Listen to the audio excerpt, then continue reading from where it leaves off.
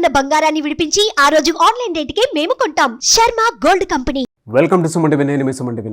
2025లో కనుక మనం చూసుకుంటే వేదిక్ ఆస్ట్రాలజీ ప్రకారం కన్యా రాశి వారికి ఎస్పెషల్లీ విమెన్కి ఏ విధంగా ఉంటుంది, వేదిక్ ఆస్ట్రాలజీ ఏం చెప్తుంది అనేది ఈరోజు మనతో పాటు వేదిక్ ఆస్ట్రాలజర్ ఉమా గారు ఉన్నారు. వారి మాట్లాడి తెలుసుకుందాం.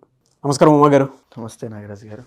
2025లో కనుక మనం చూసుకుంటే అన్న వేదిక్ ఆస్ట్రాలజీ ప్రకారం విమెన్కి, అది కూడా కన్యా రాశి వారికి ఏ విధంగా ఉండే అవకాశం ఉంటుంది, ఎస్పెషల్లీ వారి గుణగణాలు అసలు ఏ విధంగా ఉంటాయి? కన్యా రాశి అంటే ఉత్తరా నక్షత్రము 2, 3, 4, హస్త చిత్తా నక్షత్రము 1, 2 పాదాల వరకు కన్యా రాశిగా పరిగణించబడతారు. So especially the original 6th house కన్యా రాశి అండి. సో చెప్పాలంటే నిత్యము ఈ కన్యా రాశిలో జన్మించినటువంటి స్త్రీలు నిత్యము పోరాటం చేయాల్సిందే, అంటే నిత్యము కష్టపడాల్సినటువంటి అవసరం ఉంటుంది, నిత్యము ఒక ఆరోగ్య ఇబ్బందితో ఇబ్బంది పడాల్సిన అవసరం ఉంటుంది. అంటే అందరికీ నేను చెప్పట్లేదు, జాతకంలో కనుక మీకు లగ్నం బలంగా ఉంటే మీకు ఆరోగ్య సమస్యలు తగ్గుతాయి. నిత్యము ఏదో ఒక పని, నిత్య జీవన విధానంలో ఏదో ఒక బాధ అనేటువంటిది వస్తూనే ఉంటుంది. సో కన్యారాశి స్త్రీలు ఎస్పెషల్గా వాళ్ళ కోసం శాస్త్రం ఏం చెప్పిందంటే, కన్యారాశి స్త్రీలు కనుక గణపతి ఆరాధన చేస్తే విపరీతమైనటువంటి రాజయోగం పడుతుందండి. ఇది వాస్తవము. కన్యారాశి స్త్రీలు మీరు గుర్తుపెట్టుకోండి, గణపతిని మీరు ఎక్కువగా పూజించండి.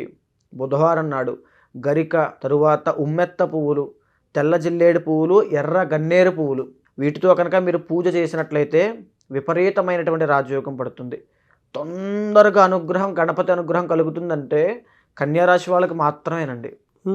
సో అయితే ఈ కన్యారాశి వాళ్ళకి చూస్తే కనుక వీళ్ళకి, అమ్మాయిలకి బిజినెస్ స్కిల్స్ అనేవి చాలా బాగుంటాయి. బిజినెస్ చేసేటువంటి మనస్తత్వం ఉంటుంది, బిజినెస్ చేసే క్యాపబిలిటీ ఉంటుంది, ఆ తెలివితేటలు, అపారమైన జ్ఞాన సంపత్తి కన్యారాశి స్త్రీలకు ఉంటుంది.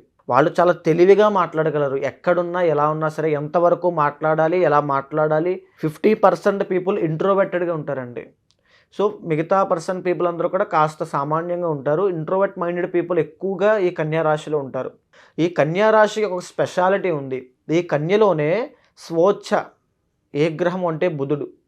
అంటే బుధుడు సంపూర్ణమైన బలం పొందేది ఈ రాశిలోనే. కాబట్టి వీళ్ళు కనుక MBA కోర్సులు కానీ, లేకపోతే వీళ్ళు కనుక ఏదైనా ఒక వ్యాపారవేత్తలాగా ఒక బిజినెస్, చిన్న స్థాయి బిజినెస్ పెట్టినా అపారమైనటువంటి ఆదరణ లభిస్తుంది వీళ్ళకి. ఆ స్కిల్స్ వీళ్ళలో ఉంటాయి. వీళ్ళు జనాల్లోకి చాలా ఫాస్ట్గా వెళ్ళగలుగుతారు వీళ్ళు తలుచుకుంటే కనుక. ఎందుకనంటే బుధుడు ఎప్పుడు కూడా వ్యాపారవేత్త, ఒక లౌక్యం తెలిసినటువంటి మనిషి, అది ఒక అపారమైన జ్ఞాన సంపత్తి గల వ్యక్తి. అలాంటి స్వభావాలు ఈ యొక్క కన్యారాశి స్త్రీలకు ఉంటాయి.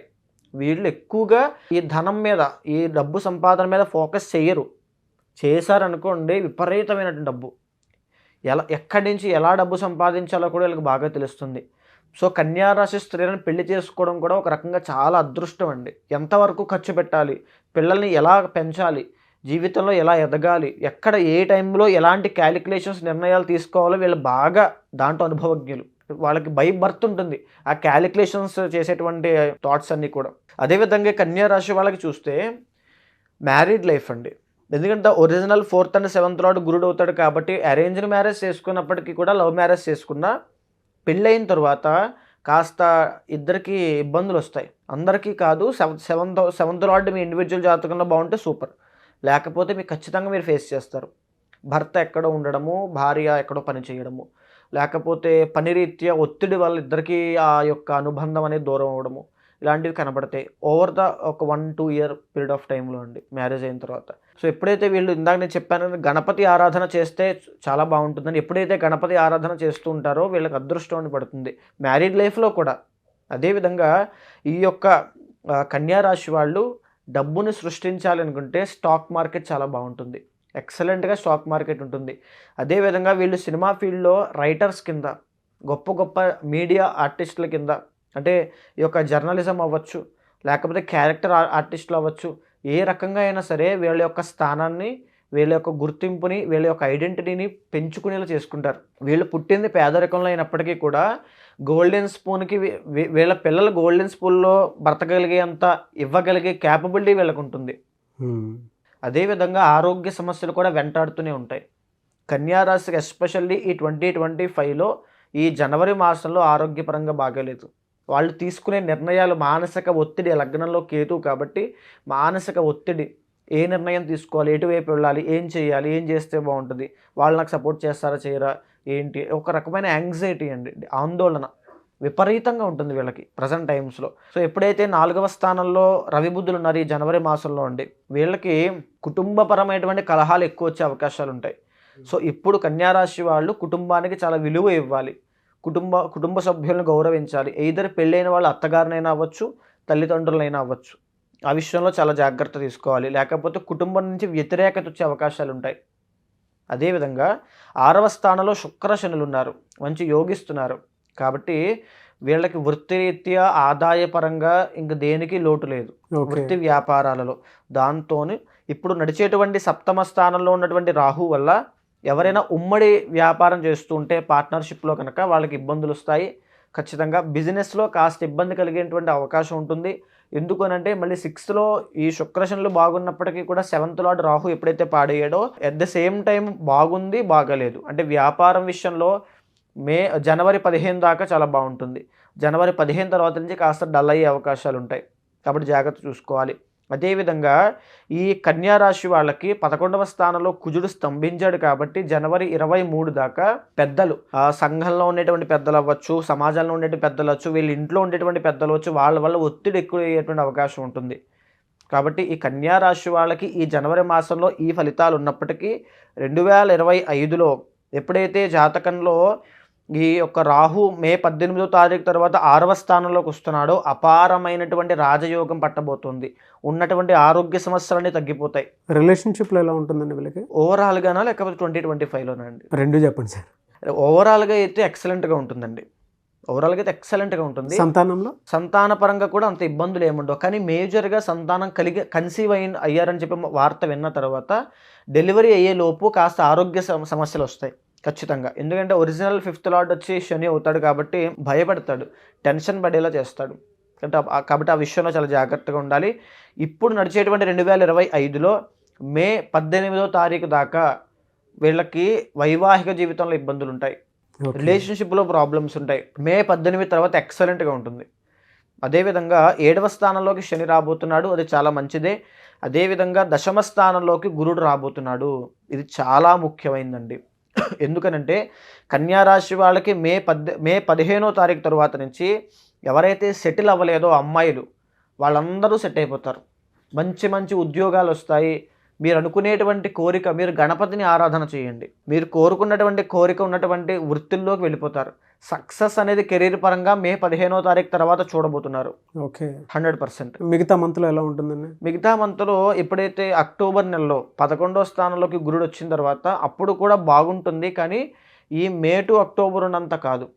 కానీ 2025 మే తర్వాత నుంచి ఇప్పుడు మీద వాళ్ళ పరిస్థితి చాలా బాగుంటుందని చెప్పాలి. కెరీర్ పాయింట్లో చూసినప్పుడు ఏ కెరీర్ ఎక్కువ పరిస్థితి అవకాశం? ఎక్కువగా వీళ్ళకి బిజినెస్ అండి. అంటే వృత్తి అనేటువంటిది వీళ్ళకి బిజినెస్ చేస్తే అపారమైన అత్యున్నతమైనటువంటి శిఖరాలకు వెళ్ళిపోతారు. అంటే ఉద్యోగం అనేది వీళ్ళకి అచ్చు రాదని చెప్పాలి. సో వీళ్ళ యొక్క అంటే వీళ్ళు ఉద్యోగం చేస్తున్నప్పటికీ కూడా గొప్పదైనటువంటి టాలెంట్ పెట్టుకుని కూడా బిజినెస్ చేసే టాలెంట్ పెట్టుకుని ఉద్యోగం చేస్తున్నారు అంతే. దాన్ని అలాగే చూసుకోవాలి తప్ప ఉద్యోగంలో నాకు బాగానే ఉంది కదా బిజినెస్ అంటారు ఏంటి అనుకుంటే వాళ్ళదే దోషం అవుతుంది. ఎందుకంటే వాళ్ళకి అంతటి గొప్ప స్థాయికి వెళ్ళే బిజినెస్ స్కిల్స్ ఉంటాయి. వాళ్ళ యొక్క అంతర్గత జాతకంలో ఏ బుధుడో నిజంగా కన్యలో ఉన్నాడు అనుకోండి, భద్ర మహాపురుష యోగం పట్టినట్టే వాళ్ళకి. దోషాలు ఏముంటాయండి? దోషాలంటే మేజర్గా ఆరోగ్యం అండి. ద ఒరిజినల్ 6th హౌస్ కాబట్టి ఆరోగ్యం చాలా సెన్సిటివ్, ఫిజికల్గా ఉంటారు, ఫిజికల్గా చాలా సెన్సిటివ్గా ఉంటారు. సో అక్కడ నలిగిపోతారు కాస్త. సో ఆరోగ్యపరంగా వీళ్ళు చాలా కేర్ తీసుకోవాలి. ఏ వారం కలిసి వచ్చే అవకాశం ఉంటుంది సార్ వాళ్ళకి? ఎక్కువగా వీళ్ళకి గురువారం అండి, గురువారము అండ్ ఇంకా చెప్పాలంటే బుధవారము, గురువారాలు రెండు కూడా ఎక్సలెంట్గా ఉంటాయి. ఎక్కువగా గురువారము తర్వాత బుధవారము చాలా బాగుంటుంది. గణపతి ఆరాధన ఎందుకంటే స్ట్రెస్ చేసి చెప్తున్నానంటే ఈవెన్ గణపతి యొక్క ఉపాసనలో కూడా కన్యారాశి గురించి చాలా గొప్పగా ఉంటుందండి. కన్యారాశిలో జన్మించిన స్త్రీలైనా పురుషులైనా గణపతిని నిత్యం ఆరాధన చేస్తూ ఉంటే వాళ్ళకి ఎలాంటి కష్టం ఉన్నా సరే అవన్నీ పోయి అష్ట ఐశ్వర్యములు వస్తాయండి, తొందరగా సిద్ధిస్తుంది. ఏ రాశికైనా గణపతి యొక్క అనుగ్రహం అంటే కేవలం కన్యారాశికే, అది వాళ్ళకు ఉన్నటువంటి అదృష్టం. దాన్ని సద్వినియోగం చేసుకోండి. గణపతికి ప్రతి నిత్యము ఆరాధన చేయండి. Anyways thank you so much Uma గారు. నమస్తే అండి.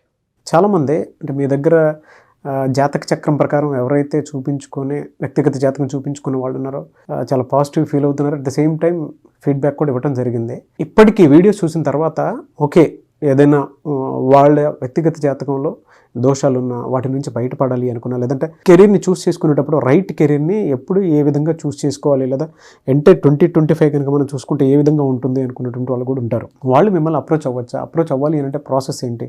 కొంతమందికి వ్యక్తిగత దోషాలు ఉన్నప్పుడు పెళ్ళిళ్ళవో కొన్ని పూజలు, యజ్ఞాలు, యాగాలు, హోమాలు లాంటివి చేస్తే వాళ్ళకి డెఫినెట్గా కలిసి వచ్చే అవకాశం ఉంటుందని చెప్పేసి అనుకుంటూ ఉంటాం మనం. వాళ్ళు నమ్మే నమ్మకాన్ని బట్టి ఉంటుంది. అట్ ద సేమ్ టైం కొంతమంది ఏంటంటే పెళ్ళిళ్ళు డిలే అవుతూ ఉంటాయి. ఈవెన్ రాబోయేటువంటి పెళ్ళిళ్ళ సీజన్లో అయినా సరే ఒక మంచి ముహూర్తం కోసం ఇలాంటి వాళ్ళని అప్రోచ్ అవుదాం అనుకుంటారు. అప్రోచ్ అవ్వచ్చా? ప్రాసెస్ ఏంటి? తప్పకుండా అండి.